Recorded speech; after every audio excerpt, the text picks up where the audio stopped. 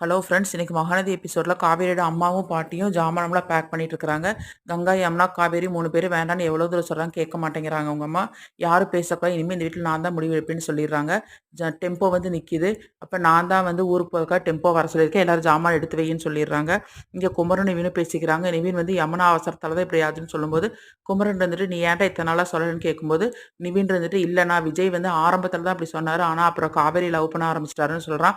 அப்போ கூப்பிட்டுட்டு இல்லடா அவன் நடிச்சிட்டு இருந்திருக்கிறான், கான்ட்ராக்ட் டேட் முடிஞ்சு போச்சு, நீ அம்மா வீட்டுக்கு கிளம்புன்னு சொல்றது நானே என் காதால கேட்டேன் அப்படின்னு சொல்லிட்டு 2 பேர் வீட்டுக்கு கிளம்பி வந்துடுறாங்க.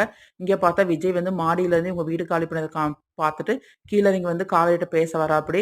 அப்போ காவேரின்னு கத்திட்டே வரும்போது குமரன் வந்து விட மாட்டேங்கிறான். அப்புறம் நான் காவேரிட்ட கண்டிப்பாக பேசியே ஆகணும்னு சொல்லும்போது 2 பேருக்கு கைகலப்பாயிருது.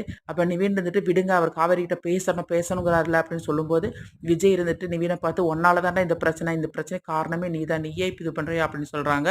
இதுதான் வந்து இன்னைக்கு நடந்துச்சு.